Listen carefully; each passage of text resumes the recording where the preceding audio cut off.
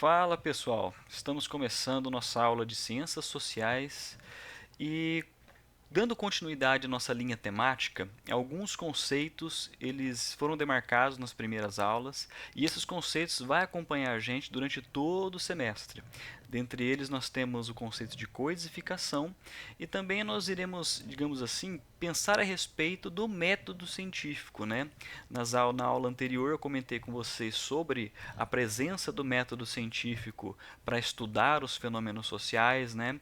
E nós elaboramos algumas perguntas, né? Fizemos algumas experiências de pensamento sobre os excessos da prática científica, se a prática científica ela é neutra, e como que podemos, né, pensar nas consequências se a gente não estabelecer uma certa limite, se a gente pensar em práticas científicas, né? Usamos exemplos da história, exemplos dos filmes, né? Podemos pensar na situação dos campos de concentração, das armas nucleares. Nós falamos sobre o filme do Parque dos Dinossauros, né? Então, se a gente está lidando com a situação em que autores eles querem tomar emprestado, né, os critérios e métodos das ciências naturais para analisar e estudar a sociedade, a gente pensa em que medida, né, isso vai ser aplicado, em que medida isso vai ser alterado, e com o Comte, né, e os positivistas, né, a gente viu os preceitos, né, as leis, as regras do que é fazer ciência social nas medidas das ciências naturais, certo? E o Emile Durkheim, que vai ser o nosso autor de hoje, ele vai dar continuidade a isso, mas nessa aulinha vai ficar um pouco mais claro para a gente em como ele vai fazer isso, né? E eu acho que seria interessante a gente ver a partir das leituras do Durkheim que o que ele quer fazer parece uma espécie, se a gente fazer uma analogia, parece uma espécie de dissecação. Vocês lembram daqueles cenas de filmes americanos, até eu acho que tá até no filme do ET, o extraterrestre, que eles vão dissecar o sapo na aula de ciências. Então, nesse sentido, os positivistas como Comte, como Durkheim, eles querem dissecar, né, os fenômenos sociais e o que eles, da mesma forma que você quer dissecar para estudar os órgãos e as partes internas, eles vão estudar meio que os órgãos e as partes internas da sociedade, dos grupos, das categorias sociais, etc. Então, nesse sentido, o Durkheim já apresenta aqui para a gente no primeiro slide.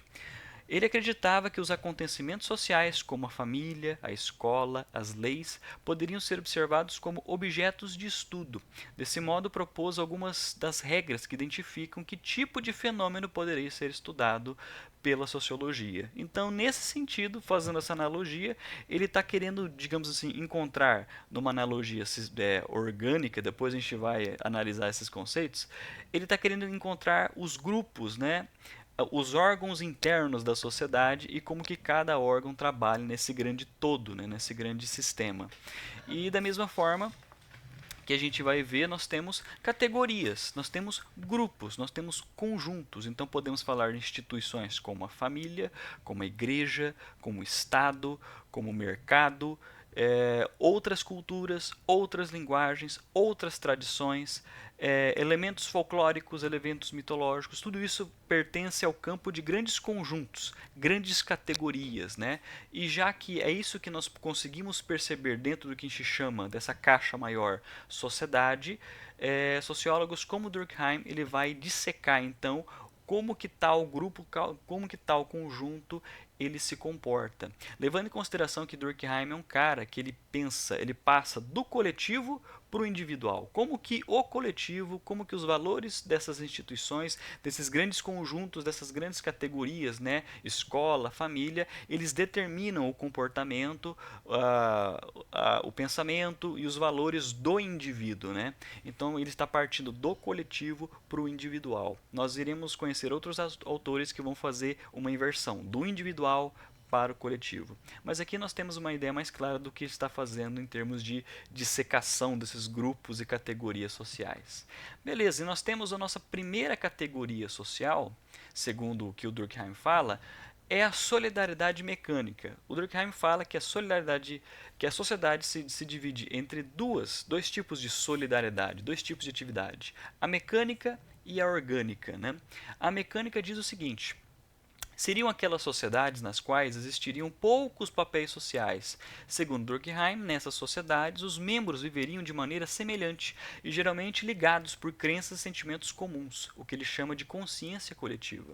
Nesse tipo de sociedade existiria pouco espaço para individualidades, pois qualquer tentativa de atitude individualista seria percebida e corrigida pelos demais membros. É muito comum pensarmos em exemplos em períodos passados da história. Né?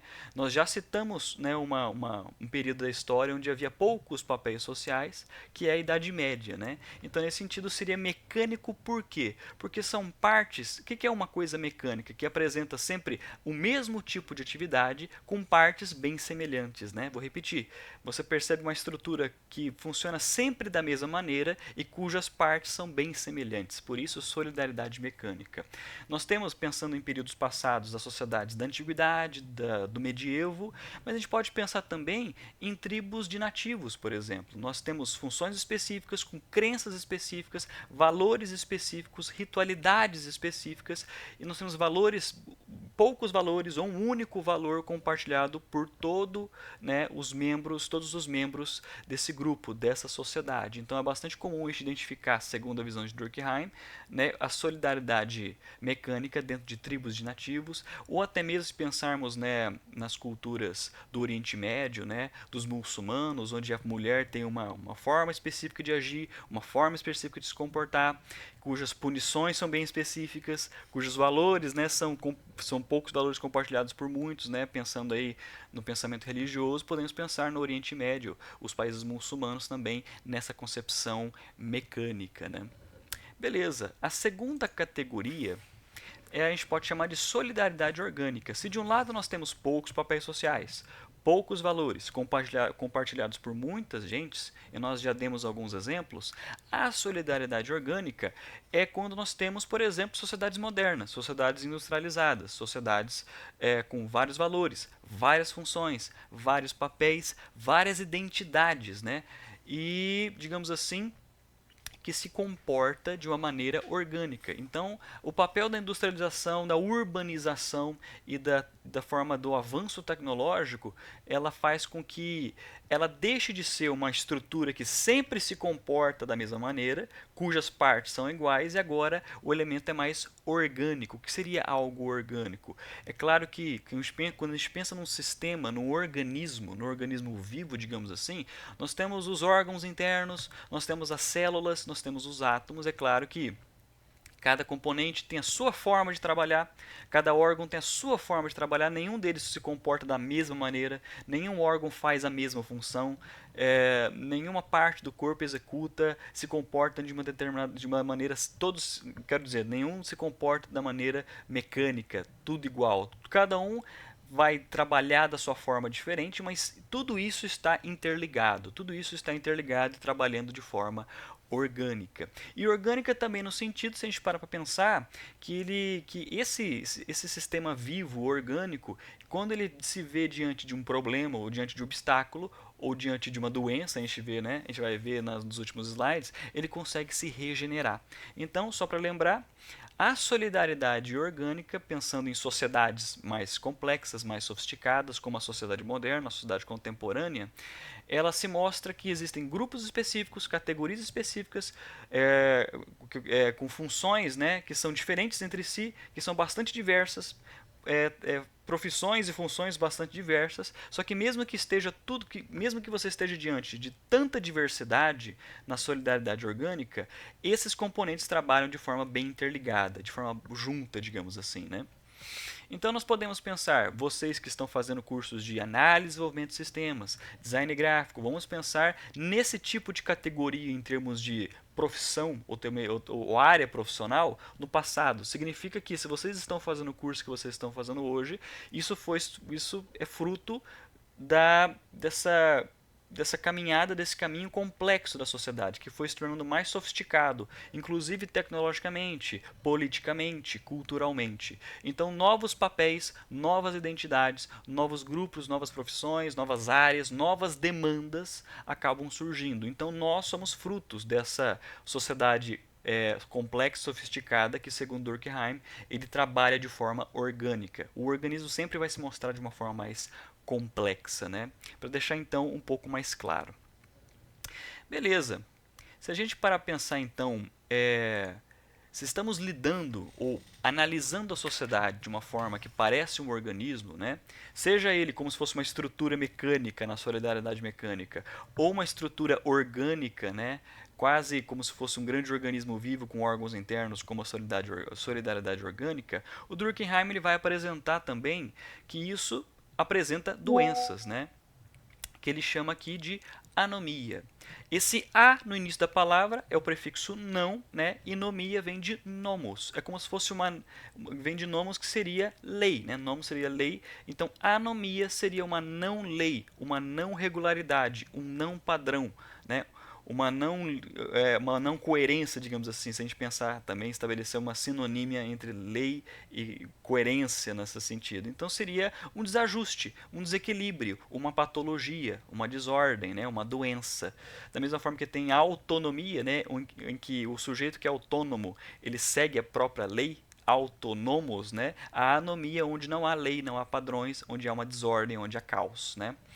Então, de maneira semelhante que Durkheim entende a sociedade, com suas partes em operação e cumprindo suas funções, e caso a família, a igreja, o Estado, a escola, o trabalho, os partidos políticos, que são elementos da sociedade com funções específicas, venham a falhar no cumprimento delas, surge no corpo da sociedade aquilo que Durkheim chama de anomia, como se fosse uma patologia. Então, a nossa atividade para essa aula de hoje, eu quero que vocês enviem para mim por e-mail, no arquivo Word ou no arquivo PDF, né? Eu queria que vocês respondam para mim, na visão de vocês, na leitura de vocês, quais seriam as anomias sociais, na opinião de vocês? Quais são as doenças sociais? Quais são os problemas, os desajustes, as desordens, digamos assim, na organização da sociedade? Eu queria que vocês trabalhassem alguns exemplos daquilo que vocês consideram como anomias, essas doenças sociais. Beleza, gente? Creio que seja o suficiente. Nas próximas aulas nós iremos esclarecer mais detalhes, mas creio que seja isso. Muito obrigado e qualquer coisa nós estamos aí.